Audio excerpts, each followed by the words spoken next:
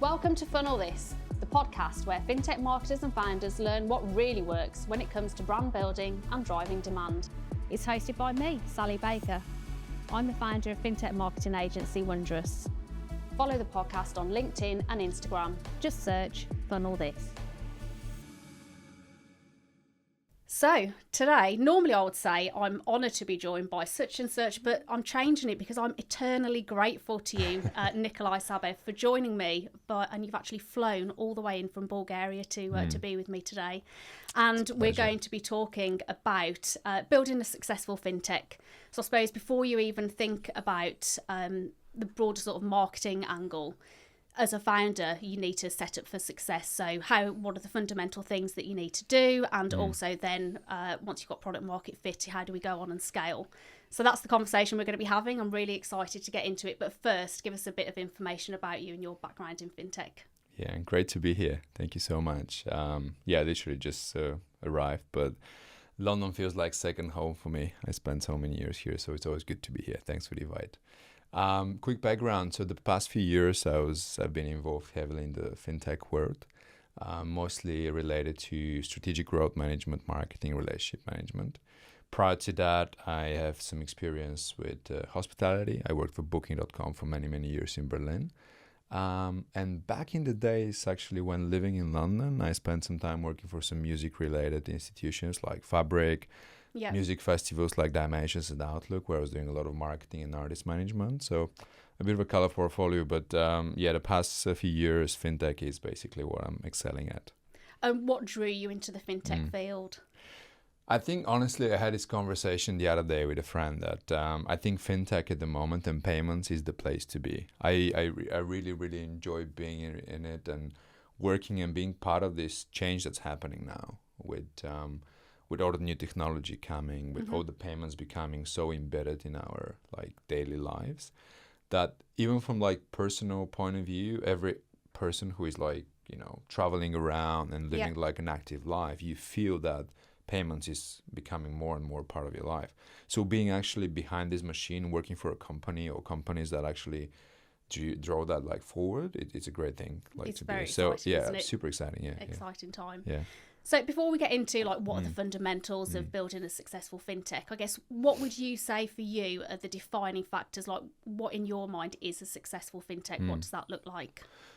Yeah, I think with not just fintech, but every business, I think your main objective and goal initially should be to actually release a service and a product that brings value.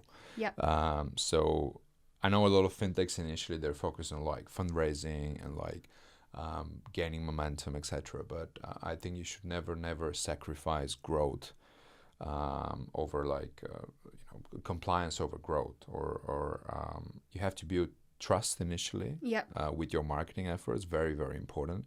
In your consumers, you have to explain to them in a nice and honest manner what you bring to their lives. So a bit of the emotional part of things, the human part of it. So how do you actually help them in their daily lives? If they see that, then the second thing is obviously you need to build trust. How you do that with all sort of the compliance and regulation side of things. Super important in the fintech world, right? Because you deal with people's money and finances. So they need to be sure that you do that in the right manner and honest manner. So fundamental for me is to basically, instead of focusing on super extreme and rapid growth initially, to actually focus on your product.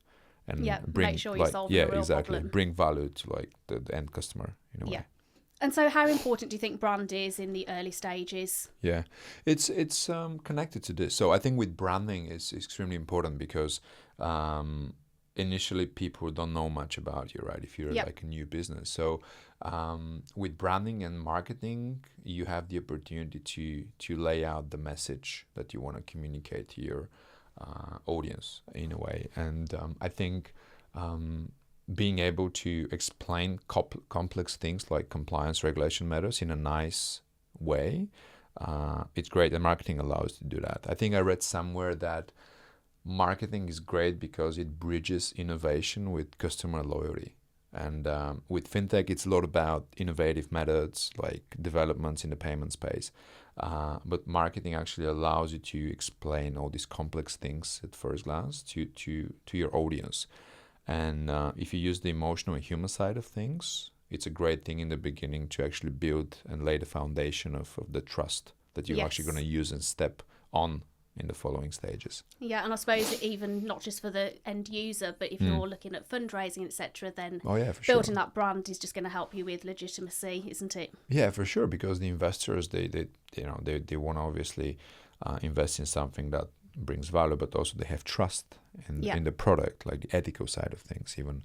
So I think, sometimes I've seen a lot of startups, I'm not sure what is your experience, but a lot of startups and newer companies, they don't really place so much importance on marketing initially. They're like, oh, let's put everything in R&D, IT, product, and then we're gonna, we don't have a budget now for marketing. But I think that's a huge mistake because, as I said, things have to go hand in hand. So marketing needs to work very, very closely with R&D, IT, compliance, all these I think I definitely experienced the same, but I would also say I think in the first instance, founders and that senior leadership team will use their black book, won't they? Okay, I already know I've got these contacts and those are the people I'm going to start talking to.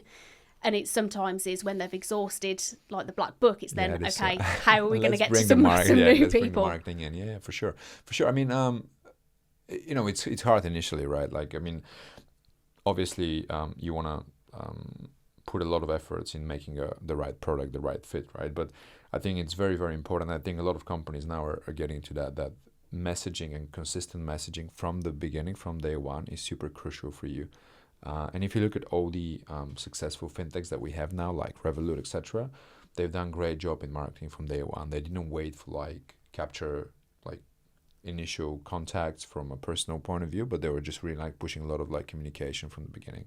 So I think it's great to build this trust. That's very, very important, especially in a sensitive area like fintech. Yeah, I think that brings me on really nicely to the next question, actually. So you've given a great example there, but in terms of the detail, I suppose, let's say you've nailed the product market fit, so you're ready to scale.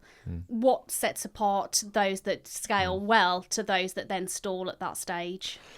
Yeah, I think the companies that become successful and continue the path after this initial stage are the ones that really put a lot of effort on two areas. So one of them is compliance. The second one is infrastructure.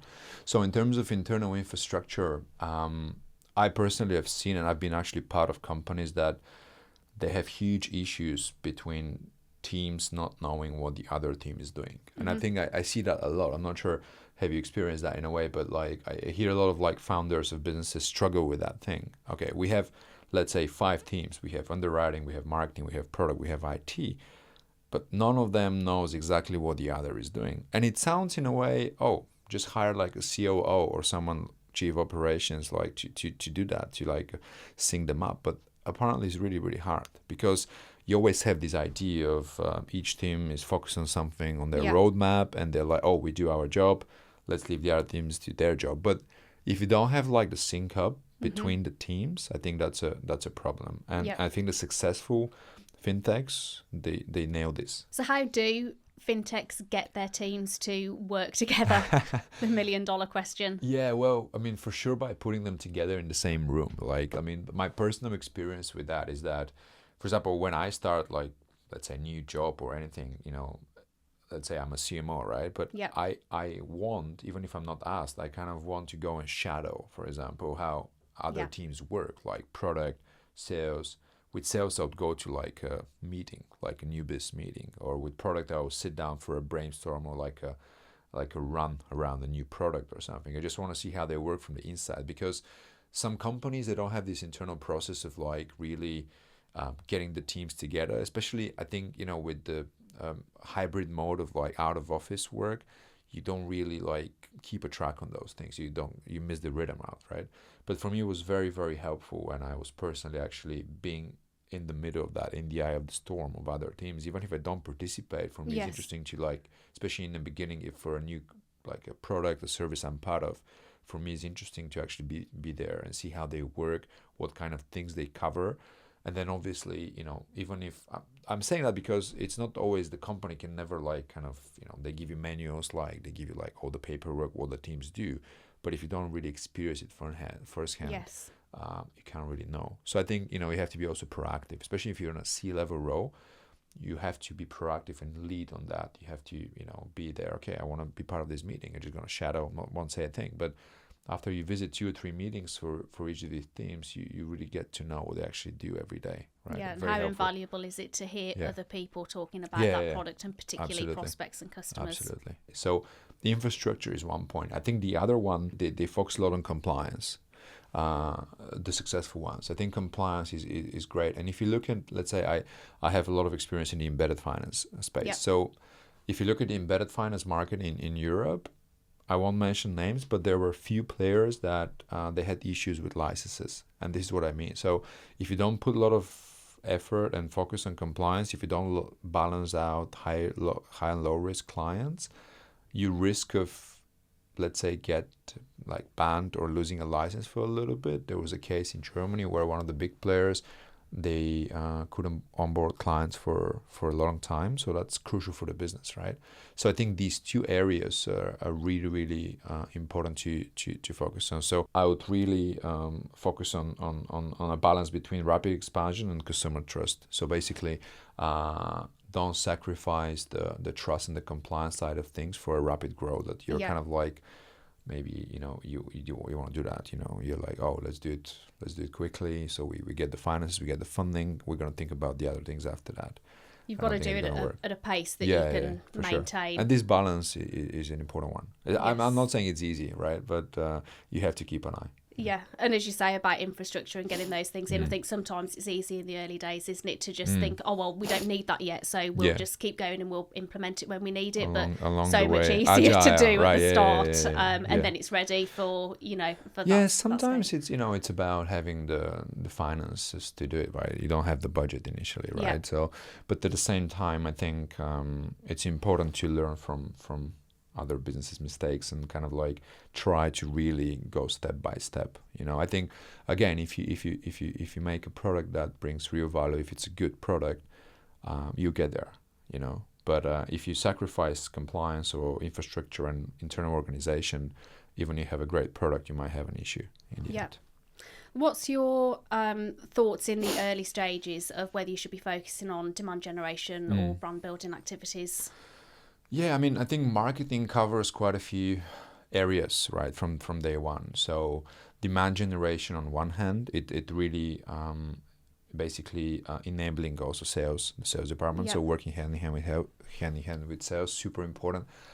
In a way, brand building is one of the main functions, right, of marketing. So I think every single business wants to be at top of mind, right, in a way. So marketing is the area that can actually help you with that. But not only this, you have also functions like user education, like that you do with some sort of a thought leadership. Yes. So I think with the fintech, it's very important that a lot of the products, especially B2C, a lot of these products, you have to educate your crowd, especially with newer products like new technologies. Some of your end clients might not know that they need that, because they might not know that this exists, right? So you have to communicate that in a nice and understandable manner for them to realize, oh, that's going to help me. So I personally, up until some time ago, I didn't know that eSIMs, they work, right? And that they exist. So I was in China a few months ago and I used eSIM first time in my life from Revolut. It was amazing, but they had all these like manuals, why to use us, how this is going to make your trip easier and stuff. So this is what I mean. So brand building, demand generation, user education is a great thing.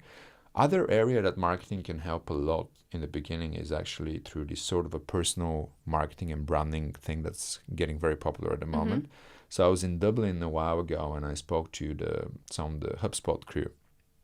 And what they do at the moment is that they have identified few people, like C-level people from the company, so 7 to 8. And they told them, look, guys, we see the potential in you. You have to develop your own, let's say, LinkedIn profiles. Because people, I believe, they connect faces with brands much better than like just a logo or something, So Revolut is a great example. You know, you have Nick Soronsky there, like the CEO, and he's very charismatic in a way. So I caught up with him. He was speaking on stage in Slush Helsinki a few months ago, and you see this guy 10 minutes on stage, and you know, he's basically generating an interest to the brand he's representing in a way. So I think marketing has a lot of avenues it can go in a way, from demand generation, brand building, personal branding, user education, super important. Obviously, depending on the product, which one you're going to activate, or you're going to activate them all at once. Yes, But yeah, lots to go at. And I think Greg at Monzo, he's another sort of example, for sure. isn't it? Lots of examples. I think, you know, I personally, I do like to go to a lot of podcasts like this and conferences. I do enjoy that. I've seen situations where, let's say, a CEO of a company, he's like, oh, I don't want to do that. But sometimes you have to, in a way, you know, like I understand that some of these super high C-level people, they don't feel super comfortable being on stage, etc. But again, I think it's extremely beneficial in situations where there's so much noise around us in terms of like LinkedIn, social media, etc. Depending on the product, your logo and brand, if it's very generic, you get lost, you know. So the way to build trust that we discussed a little bit a while ago is to actually showcase a real person who exists. Yeah. And if your competition are doing it and you aren't, yeah, of course. You know, like I had a conference I spoke on in London a couple of months ago, and the topic was about again, personal branding and how to make the most out of B2B fintech events in a way. And we discussed the idea of, I would like to see actually this kind of C-level people even being at the booths of companies. You know, if you go to Money 2020 or Page 360 or some other like big fintech events, I personally get quite bored with all these like shiny, some of them are shiny, some of them super boring booths, you know, like, and companies, they pay so much money for that thing. And you would wonder, so why don't you just bring your CPO or CMO or CTO there and actually leave this guy to, because he knows the product, right? Like, leave this guy to chat with people. You know, I personally, I would appreciate that more. And I think that would be a much, much better lead generation too, if you put the face, if you put the person there, instead of just doing merch, you know, or putting a big logo or some fancy screen, something like that.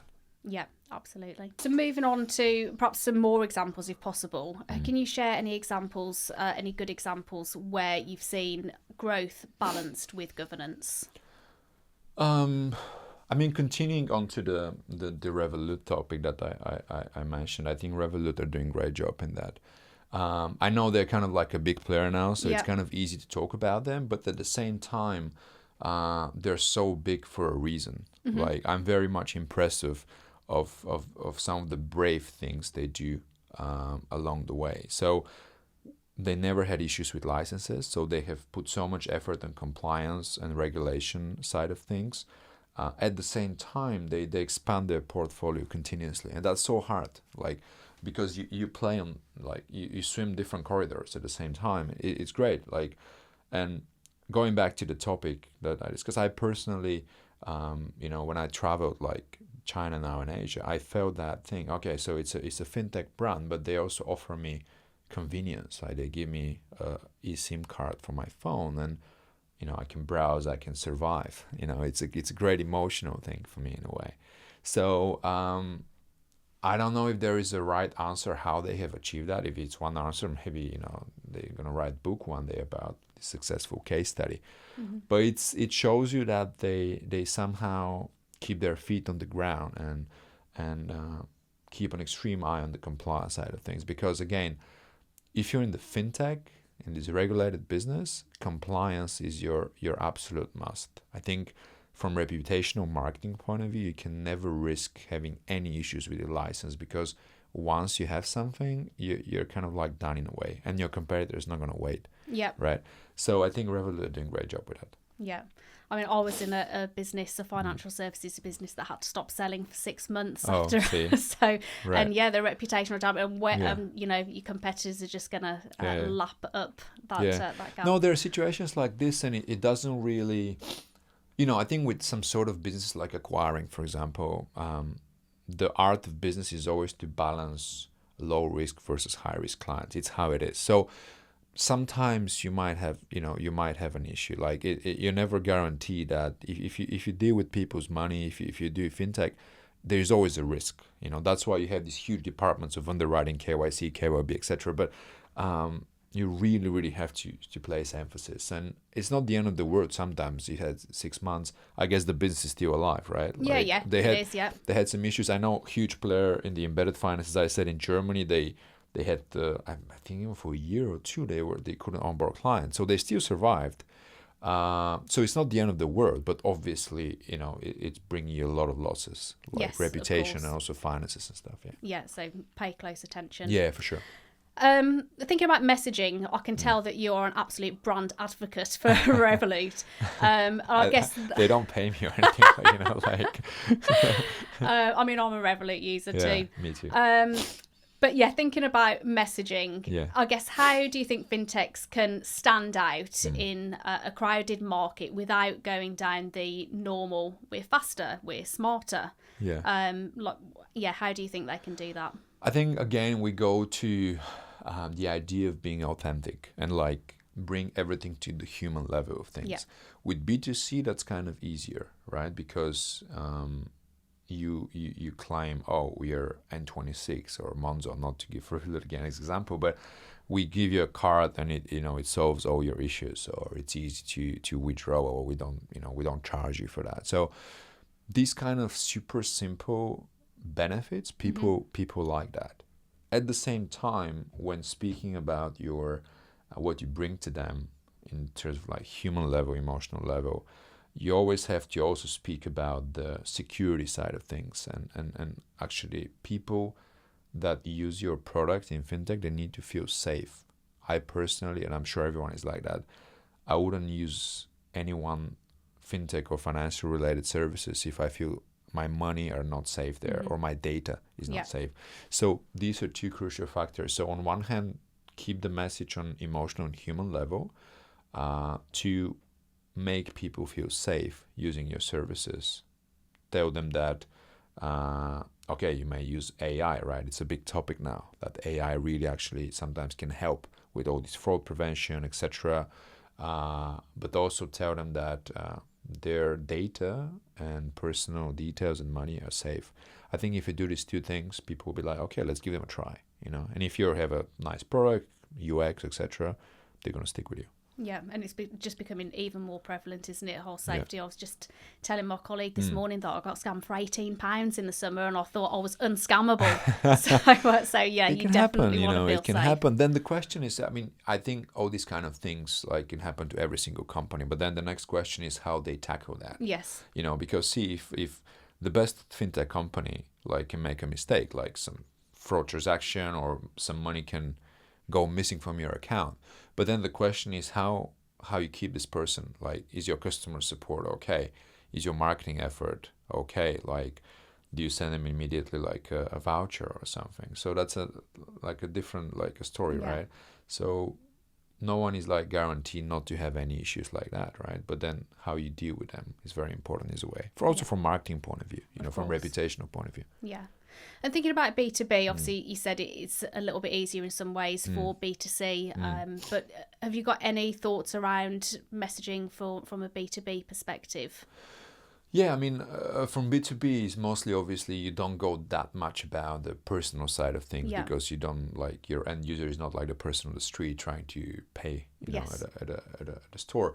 But I think for B2B, super crucial again to emphasize on the compliant side of things that the company is doing, the security that you're implementing for the partnership you're trying to address, and at the same time, again, with marketing is with fintech, you have to explain and communicate kind of complex things in a nice and understandable manner.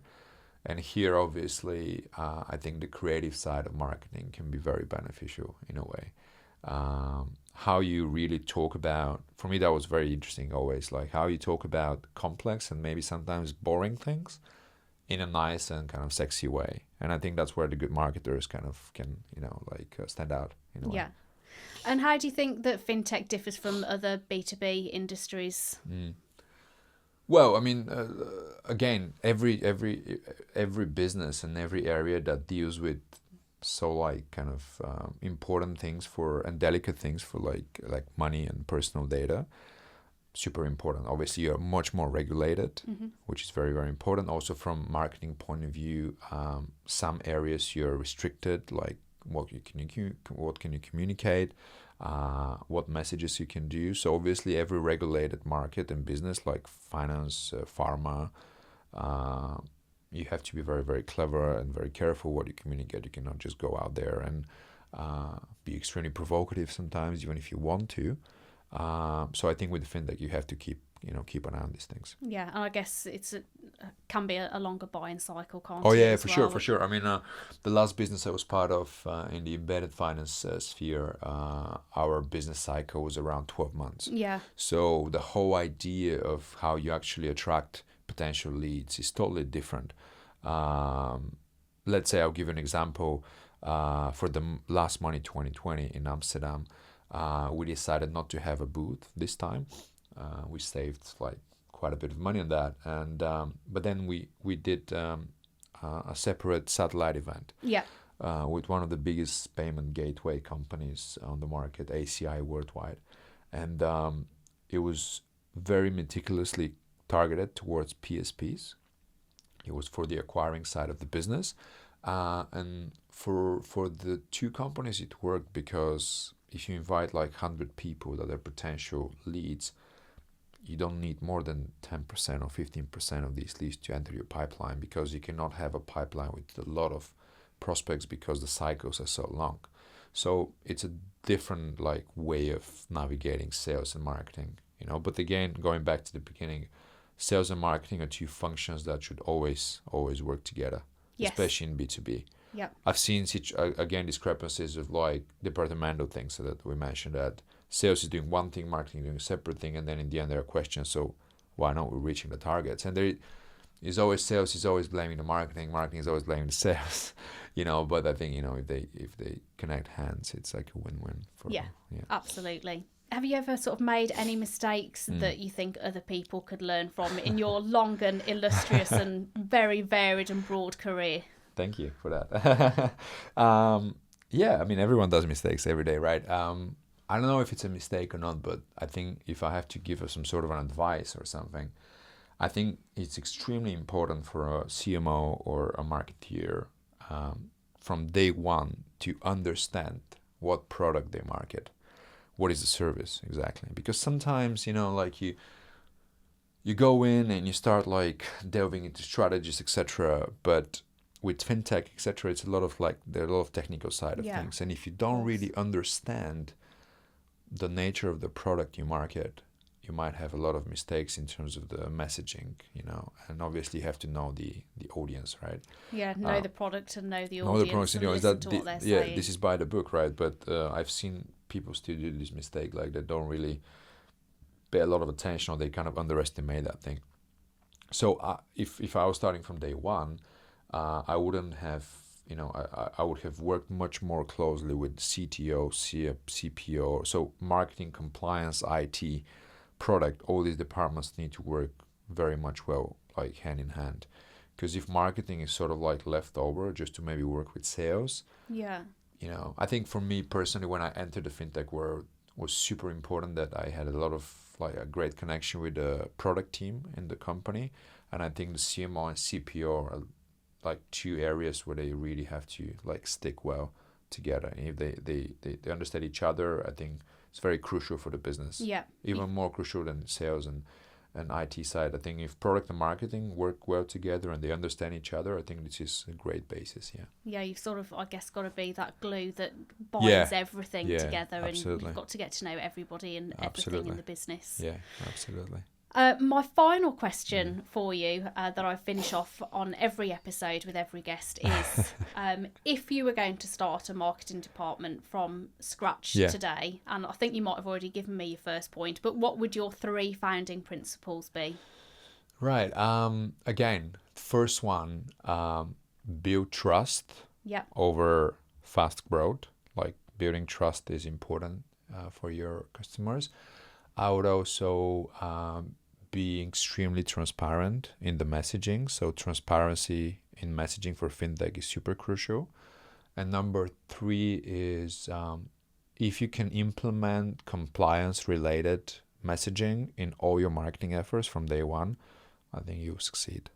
Amazing. Thank you so much. Thank you again for travelling all the way from Bulgaria to join me today. Thank you, my Hugely pleasure. Insightful. Thank you. Thanks for listening to Funnel This. Follow the podcast so you never miss an episode. And if you enjoyed it, do share with someone else who might find it useful too. See you next time.